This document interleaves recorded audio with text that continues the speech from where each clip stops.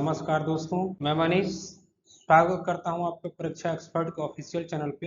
एक बार फिर से हम आज बीपीएससी के हॉट टॉपिक्स में डिस्कशन करने के लिए आपके पास सामने हाजिर हैं। आज का जो डिस्कशन का हमारा टॉपिक है वो है president and governor. Right, president and governor के बारे में आज हम डिस्कशन करेंगे। जैसा कि आप जानते हैं कि ऑलमोस्ट हर पीएससी बीपीएससी हो, यूपीपीएससी हो या झारखंड पीएससी हो, इन सारे एग्जामिनेशन में, इवन रेलवे और एसएससी में भी प्रेसिडेंट के बारे में, गवर्नर के बारे में, कि जैसे प्रेसिडेंट की नियुक्ति कौन करता है, गवर्नर का कार्यकाल कितना होता है, इनसे प्रश्न बनते ही बनते हैं। तो ये दोनों प्रश्न, दोनों ही टॉपिक, प्रेसिडेंट और गवर्नर जो है, मिलते जुलते ही टॉपिक है। इसमें बहुत सारी चीज़ों का समानता पाया जाता है, कुछ डिफरेंस भी है, जैसे कितना कार्यकाल होता है, कौन इनकी नियुक्ति करता है, इनका पावर और फंक्शन क्या है, कहीं कहीं सिमिलरिटी, कहीं डिसिमिलरिटी भी है। इस चीज को देखते हुए हम आज कंपैरेटिव स्टडी करेंगे प्रेसिडेंट एंड गवर्नर का, जिससे हमें याद करने में सहूलियत होगी। दोनों को ही बहुत आसानी से याद भी कर लेंगे और याद भी रह जाएगा हमें आराम से, और जो भी प्रश्न बनेंगे उसको भी हम बहुत ही आसानी से कर पाएंगे। तो आइए आज हॉट टॉपिक के सीरीज में हम प्रेसिडेंट एंड गवर्नर को दोनों साथ साथ में डिस्कशन करते हैं और पढ़ते हैं, कुछ सीखते हैं, समझते हैं।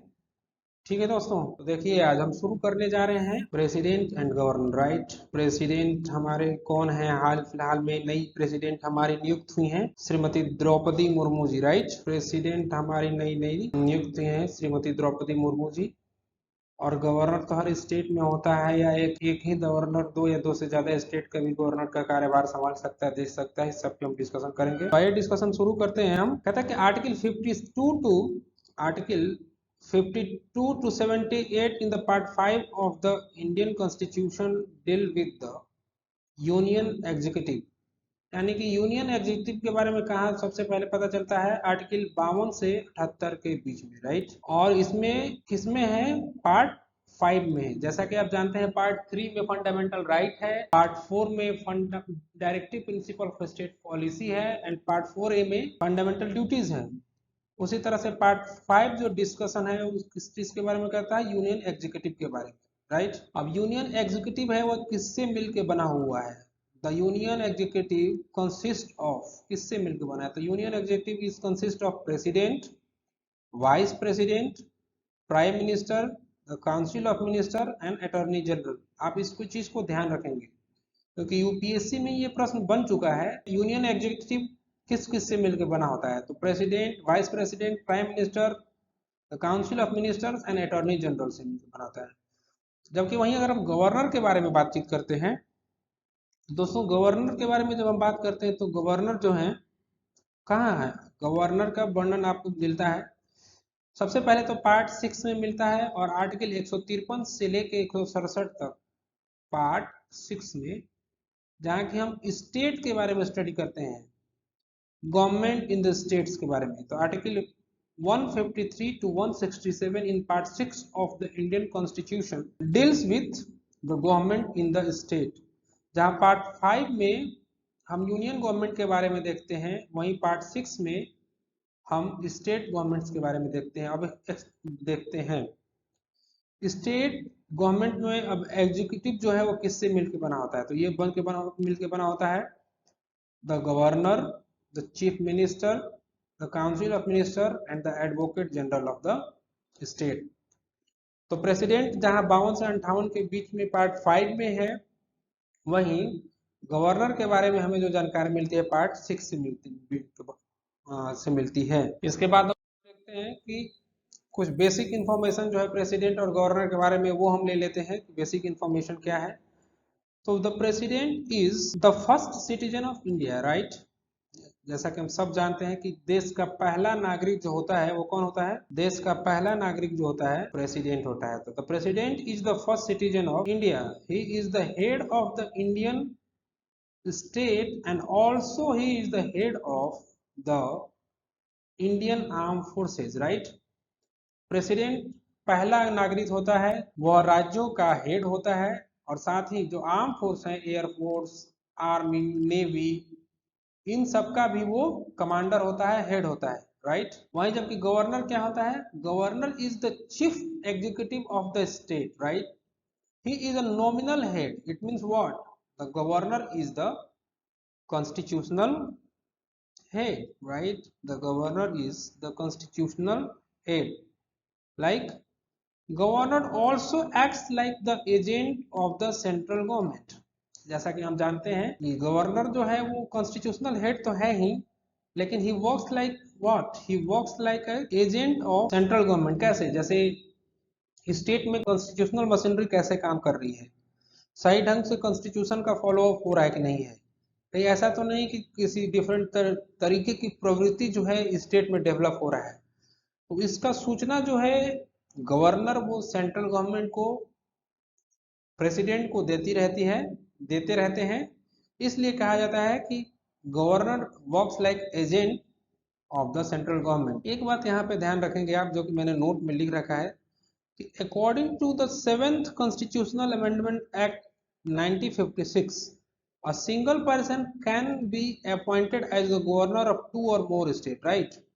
पहले ऐसा नहीं था, लेकिन 7वें संविधान संशोधन 1956 के द्वारा अब एक व्यक्ति ही 2 या 2 से अधिक राज्यों का भी गवर्नर के रूप में काम कर सकता है, राइट? आइए दोस्तों, अब हम कुछ क्वालिफिकेशन जो है प्रेसिडेंट और गवर्नर के लिए उसके बारे में देख लेते हैं कि प्रेसिडेंट के लिए क्या क्वालिफिकेशन है और गवर्नर के लिए क्या क्वालिफिकेशन है, या क्या क्राइटेरिया है जिसके आधार पर कोई प्रेसिडेंट चुनाता है और कोई गवर्नर चुनाता है।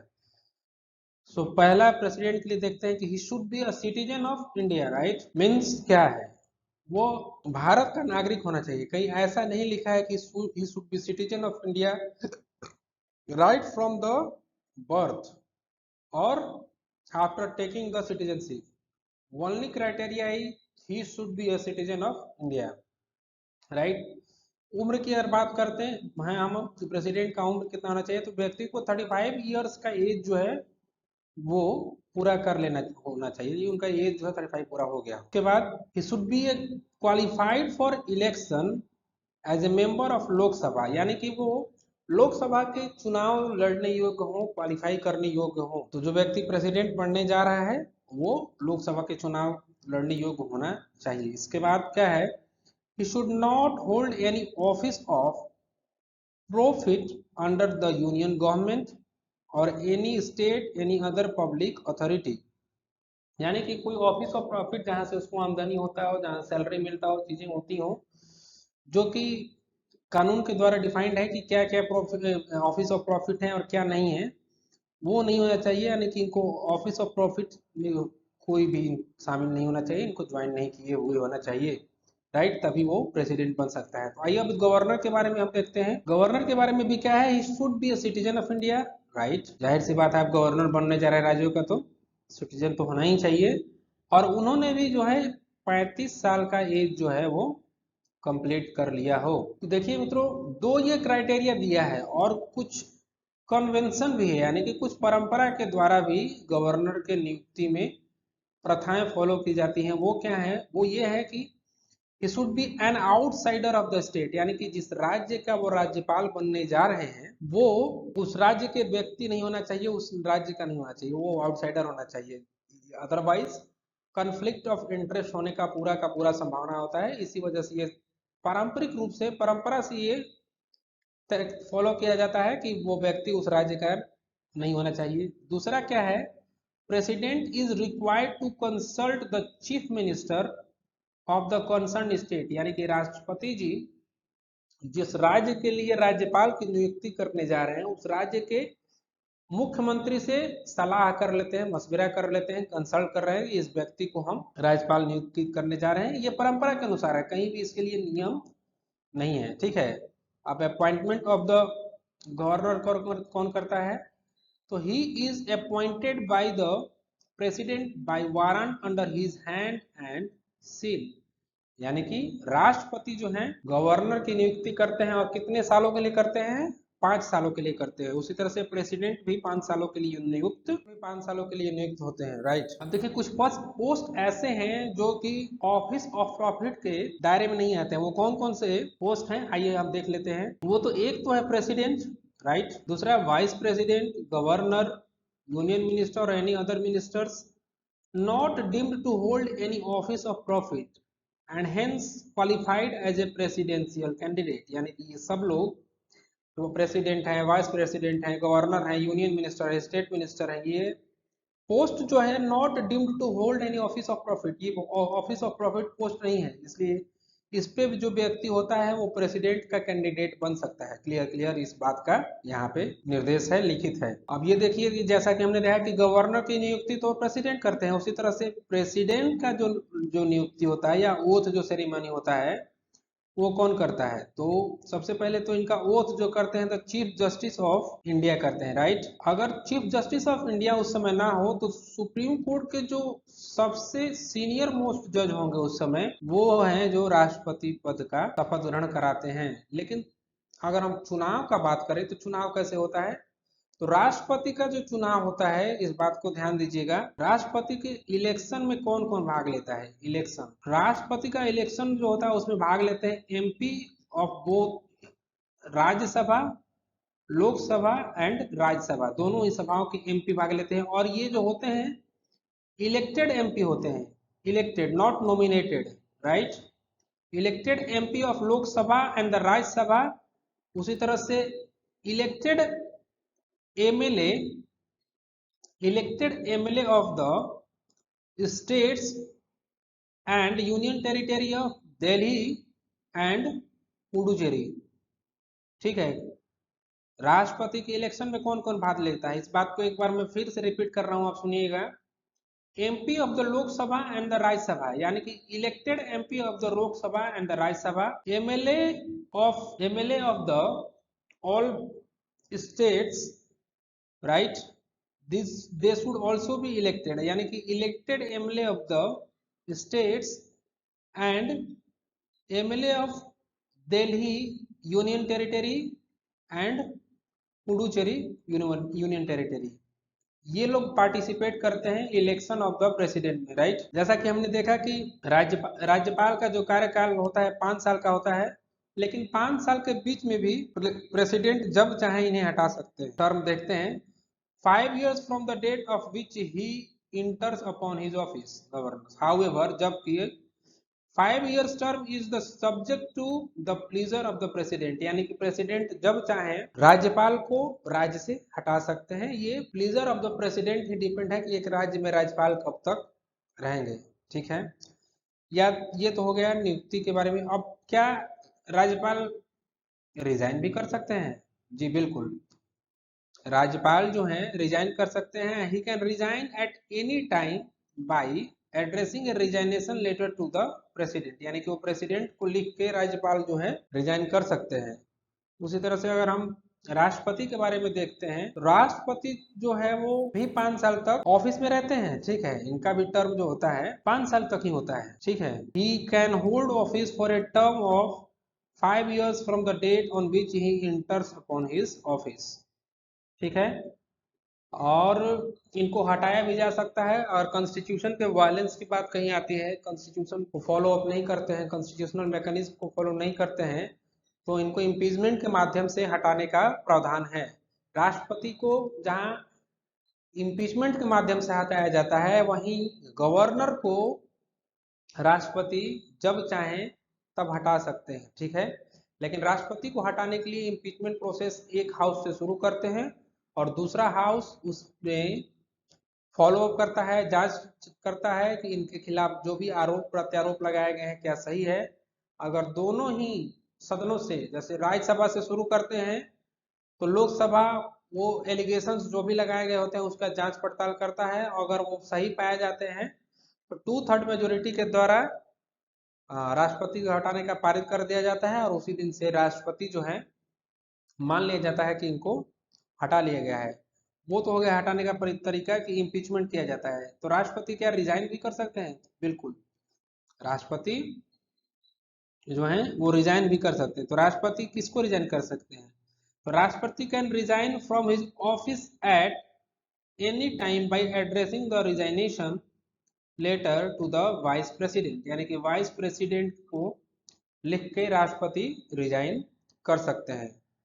और जैसा कि मैंने बताया कि he can be remove, right, he can be remove, president can be removed from his office by impeachment for the violation of the constitution, by the process of impeachment for the violation of the constitution. So he can be removed from office by a process of impeachment for violation of the constitution, right? ये देखते हैं जब कितने साल का कार्यकाल होता है, कैसे रिजाइन कर सकते हैं, कैसे हटा सकते हैं, इन सारी चीजों को देखने के बाद power and function of the president. देखिए power and function of the president and governor में जरा सा अंतर हो जाता है। क्या अंतर होता है इसमें हम देखते हैं, वो ये अंतर है कि पावर जो है प्रेसिडेंट का ज्यादा है गवर्नर से। कैसे, आइए हम डिस्कशन करते हैं और देखते हैं कि कैसे ज्यादा है। The power and the function of the president क्या क्या है। The president enjoys many powers and performs many function as follow. क्या क्या वो पावर है, क्या क्या फंक्शन वो करते हैं। The president have executive powers, legislative powers, financial power, judicial power, diplomatic power, military power and emergency power. दोस्तों ये पावर जो है हम सिंपल थोड़ा बहुत डिस्कशन करेंगे। ये बिल्कुल जो है अगर पावर आपको पूरी तरह से जानना हो तो ये मीन्स के नज़रिए से बहुत इंपॉर्टेंट हो जाता है कि प्रेसिडेंट का executive power, legislative power, financial power क्या क्या है। उसके बारे में हम हल्का हल्का डिस्कशन करते हुए आगे बढ़ेंगे, क्योंकि यहाँ डिस्कशन करना वो संभव नहीं होगा क्योंकि पावर जो है वो काफ़ी विस्तृत दिया हुआ है। तो इसमें हम हल्का हल्का डिस्कशन करके आगे बढ़ेंगे। अगर आपको इसके बारे में आगे और भी जानना हो, समझना हो तो आप कमेंट कर सकते हैं। अगर आप मेंस के नज़रिए से इसको समझना चाहते हैं तो आप आगे कमेंट कीजिए। हम प्रेसिडेंट के और गवर्नर के दोनों के ही जो ये टोटल पावर हैं इनके बारे में विस्तृत डिस्कशन कर सकते हैं। तो आप इस चीज़ को कमेंट करके बताइए कि क्या और भी इसके बारे में आप समझना चाहते हैं, जानना चाहते हैं, तो हम जरूर इसके बारे में डिस्कशन करेंगे।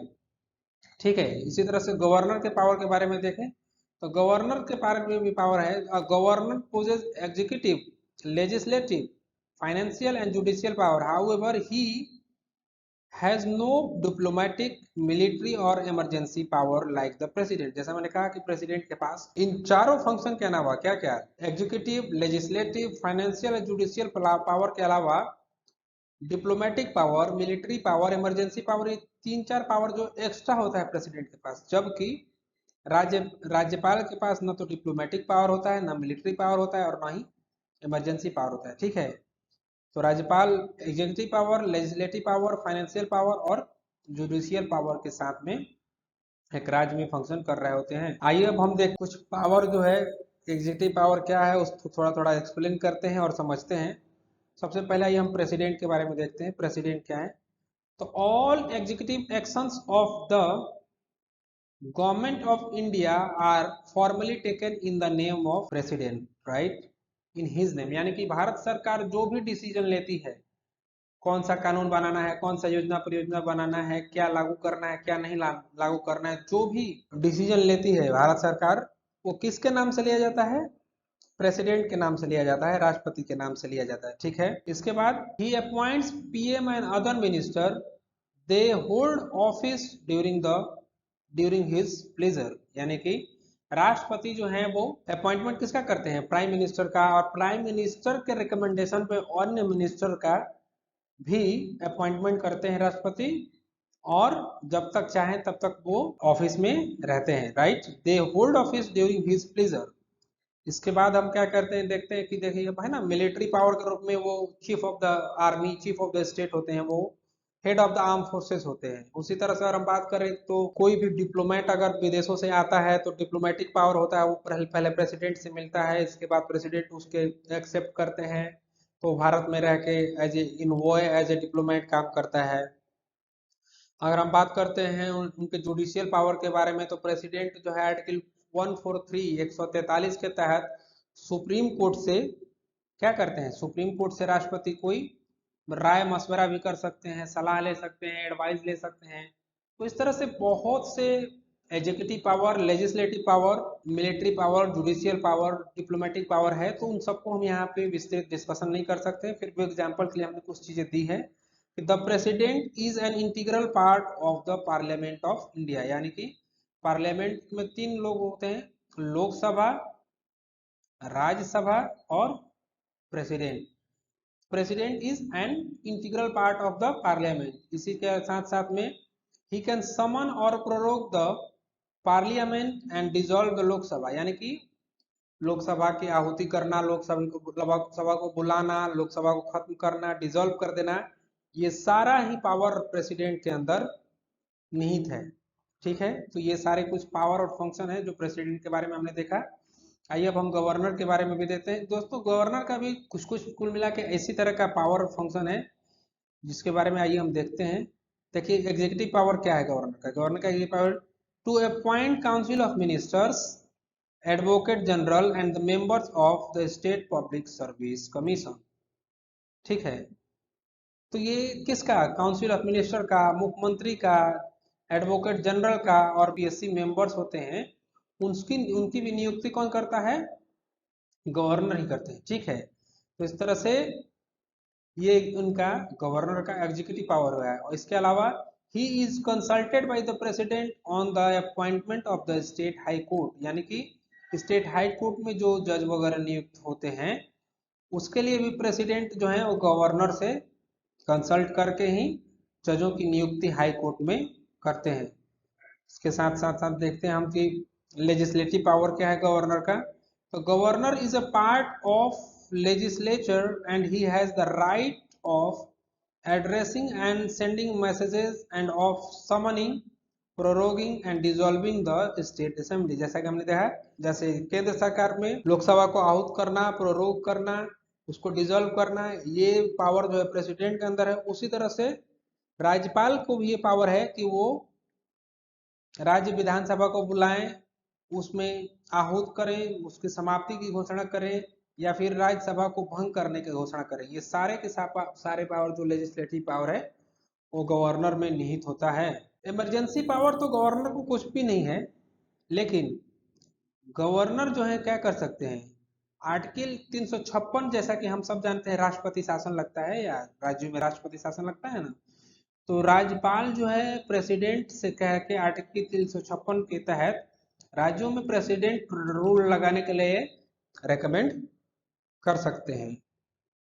तो ये हुआ राष्ट्रपति और गवर्नर के कुछ power, legislative power, executive power and judicial power. अब आइए मोस्ट इंपॉर्टेंट आर्टिकल्स जो हैं जो कि राष्ट्रपति के साथ साथ और राज्यपाल के साथ साथ लगे हुए हैं, जो राष्ट्रपति और राज्यपाल से संबंधित हैं, उसके बारे में डिस्कशन करते हैं। ऐसे आर्टिकल तो बहुत हैं, लेकिन जो मोस्ट इंपॉर्टेंट आर्टिकल्स है उसको हम डिस्कशन करेंगे और उसको याद करेंगे, याद करने का कोशिश करेंगे। तो सबसे पहले देखिए कि इलेक्शन ऑफ द प्रेसिडेंट का बात करें, चूंकि तुरंत ही अभी इलेक्शन हुआ है तो ये प्रश्न बन जाए कि राष्ट्रपति का इलेक्शन आर्टिकल किसके तहत होता है। आर्टिकल 54 में राष्ट्रपति के इलेक्शन के बारे में क्या है, वर्णन है, राइट। इसके बारे में आर्टिकल 54 में इलेक्शन ऑफ द प्रेसिडेंट है। ठीक है, इसके साथ साथ में इसमें सबसे इंपॉर्टेंट आर्टिकल जो हो जाता है आर्टिकल 61। आर्टिकल 61 क्या बात करता है, procedure for impeachment of the president, यानी कि प्रेसिडेंट को कैसे इम्पीच किया जाएगा,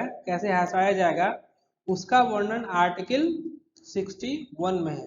ठीक है, इसके साथ ही साथ एक इंपॉर्टेंट आर्टिकल आर्टिकल 65 है। 65 क्या बात करता है कि vice president to act as a president और टू डिस्चार्ज हिज फंक्शन, यानी कि कभी कभी ऐसा मौका आया कि राष्ट्रपति नहीं रहे या राष्ट्रपति का अचानक देहांत हो गया या राष्ट्रपति कहीं बाहर हैं, तो उनके जगह पे आर्टिकल 65 के तहत यानी कि 65 के तहत प्रेसिडेंट जो होते हैं वो वाइस प्रेसिडेंट जो होते हैं वो प्रेसिडेंट का ही रोल प्ले करते हैं आर्टिकल 65 के तहत। अब आर्टिकल 72 जो कि बहुत ही इंपॉर्टेंट आर्टिकल है, इससे प्रश्न भी बन चुके हैं। ये बात करता है कि power of president to grant pardon etc and to suspend, remit और commute sentences in certain cases, यानी कि जो क्षमादान याचिका राष्ट्रपति के पास जाता है, मृत्यु दंड हो जाता है, कैपिटल पनिशमेंट किसी को हो जाता है, तो मृत्यु दंड का क्षमा दान करना या सजा को कम करना, ये सारा अधिकार जो है वो प्रेसिडेंट को आर्टिकल 72 के तहत मिला हुआ है, राइट। अब आर्टिकल 74 ये मोस्ट इंपॉर्टेंट आर्टिकल में से एक है। ये क्या कहता है, the council of minister to aid and advise in the to the president, advise the president, यानी कि काउंसिल ऑफ मिनिस्टर जो है प्रेसिडेंट को अपने कार्य करने के लिए एड एंड एडवाइस करते हैं, सलाह देते हैं, सहायता प्रदान करते हैं। इसका वर्णन कहाँ मिलता है? आर्टिकल 74 में। आर्टिकल 75 मोस्ट इंपॉर्टेंट आर्टिकल में से एक है। Article 75, article 75 talks about the prime minister shall be appointed by the president and other ministers shall be appointed by the president on the advice of prime minister, यानी कि प्रधानमंत्री की नियुक्ति और प्रधानमंत्री के सलाह पे अन्य मंत्रियों की नियुक्ति राष्ट्रपति आर्टिकल 75 यानी कि 75 के तहत करते हैं। ठीक है। आर्टिकल 76 में अटॉर्नी जनरल ऑफ इंडिया का वर्णन है। तो क्वेश्चन ये बनता है कि अटॉर्नी जनरल ऑफ इंडिया का वर्णन किस आर्टिकल में है? अटॉर्नी जनरल ऑफ इंडिया का वर्णन जो है आर्टिकल 76 में मिलता है। ठीक है। 78 आर्टिकल किस चीज के बारे में बात करता है? 78 आर्टिकल जो बात करता है duty of prime minister in respect to furnishing information to the president, यानी कि प्रधानमंत्री का काउंसिल ऑफ मिनिस्टर जो भी डिसीजन ले रहा है, जो भी काम राज्य में देश में करने जा रहा है, उसका सूचना प्रेसिडेंट को देना अनिवार्य होता है। वो किसके तहत होता है? आर्टिकल 78 के तहत ही प्राइम मिनिस्टर जो हैं वो प्रेसिडेंट को सूचना देते हैं कि उनसे काउंसिल ऑफ मिनिस्टर ने क्या डिसीजन लिया है और वो क्या देश में करने जा रहे हैं, क्या लागू करने जा रहे हैं। इसके बाद आर्टिकल 85 देखते हैं, जो एक मोस्ट इंपॉर्टेंट आर्टिकल में से एक है। Article 85 talks about the session of parliament, prorogation and dissolution, यानी कि राष्ट्रपति आर्टिकल 85 के तहत, अनुच्छेद 85 के तहत पार्लियामेंट का सेशन बुलाते हैं, उसको समाप्त करते हैं, डिसोल्यूशन करते हैं, वो आर्टिकल 85 के तहत करते हैं। अब आइए article 111। Article 111 one of the most important article में से एक है।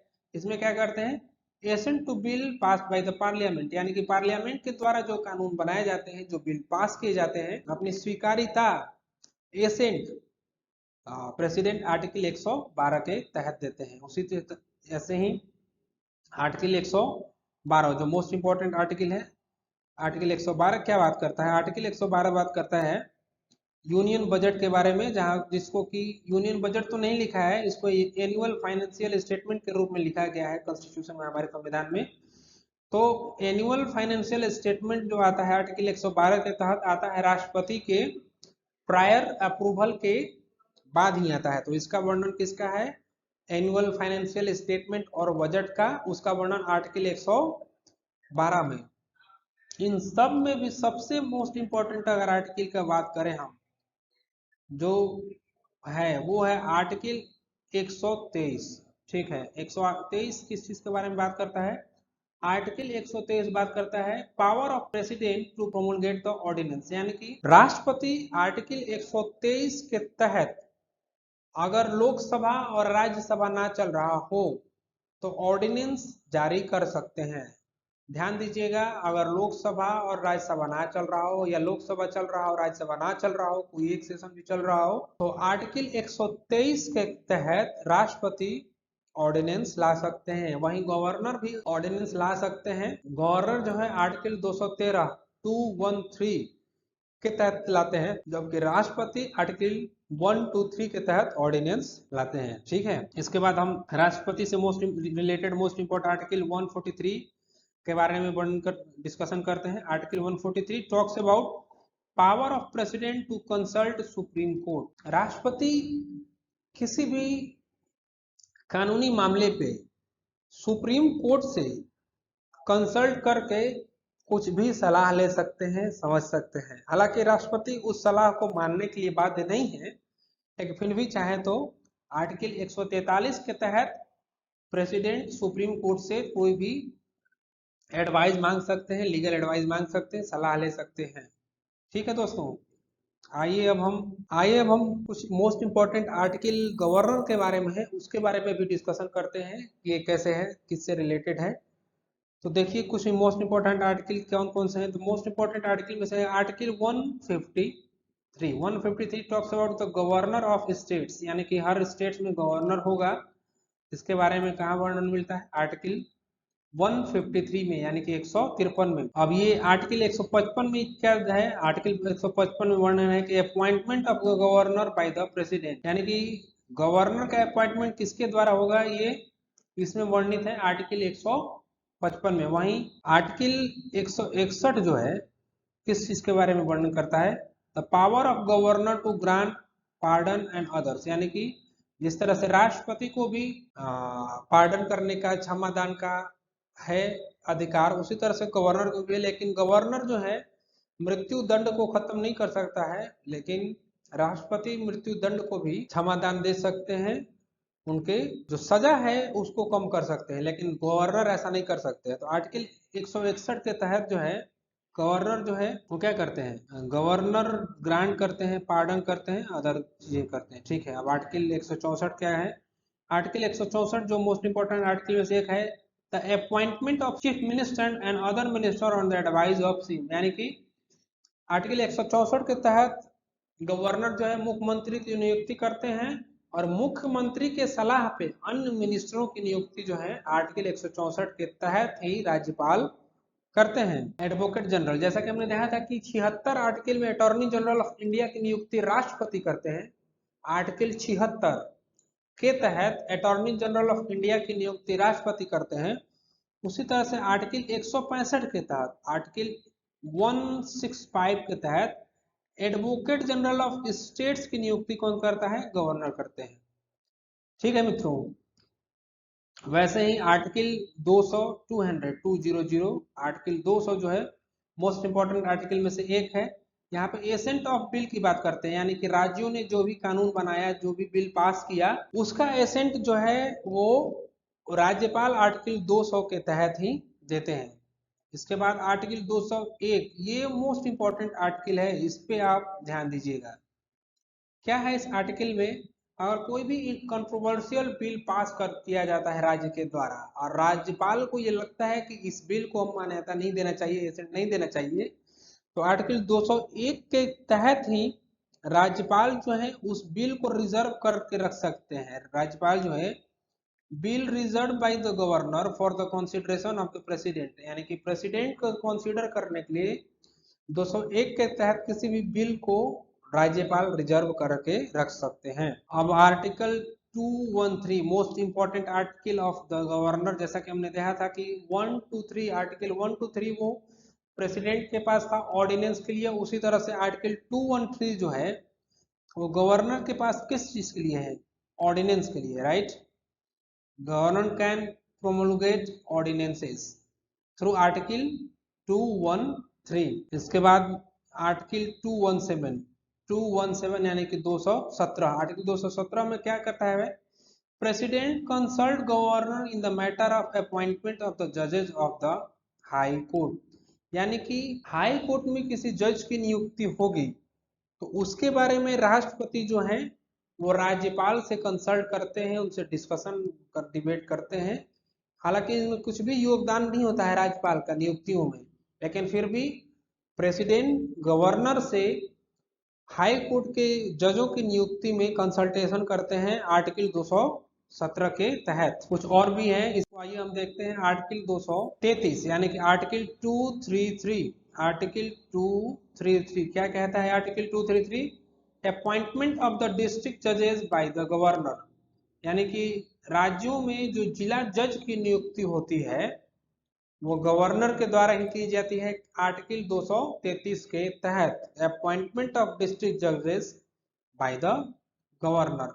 Now article 234 talks about appointment of the persons other than district judges to the judicial service of the state by the governor, यानी कि डिस्ट्रिक्ट जज के अलावे अन्य जजों की जो नियुक्ति होती है वो आर्टिकल 234 के तहत। ध्यान दीजिएगा, डिस्ट्रिक्ट जज की नियुक्ति 233 के तहत होती है, जबकि डिस्ट्रिक्ट जजों के अलावा अन्य जजों की जो नियुक्ति राज्यों में होती है वो आर्टिकल 234 के तहत होती है। तो यहाँ पे कंफ्यूज नहीं होना है, राइट। दोस्तों, हमने देखा कि गवर्नर और प्रेसिडेंट के नियुक्ति कैसी होती है, उनका कार्यकाल कितना होता है, उनके पावर क्या है, उनके पावर में सिमिलरिटी और डिसिमिलरिटी क्या है। मुझे पूरा उम्मीद है कि आपको ये चीजें समझ में आई होंगी, दोनों के बीच में अंतर क्या है ये चीजें क्लियर हुई होंगी। आप इस चीज़ को एक बार, दो बार, तीन बार देखें तो पूरी तरह से क्लियर हो जाएगा। चीज़ें बहुत ही आसान है। दोस्तों, आप इस सीरीज को यदि आप लाइक कर रहे हैं तो आप कमेंट करें, हमें बताएं और अपने दोस्तों के बीच में शेयर करें ताकि हमारा मनोबल बढ़े, इस सीरीज को हम और आगे बढ़ाएं। तो आप इस सीरीज को, इस टॉपिक को लाइक और शेयर जरूर करें और अपने दोस्तों को बताएं। Thank you very much.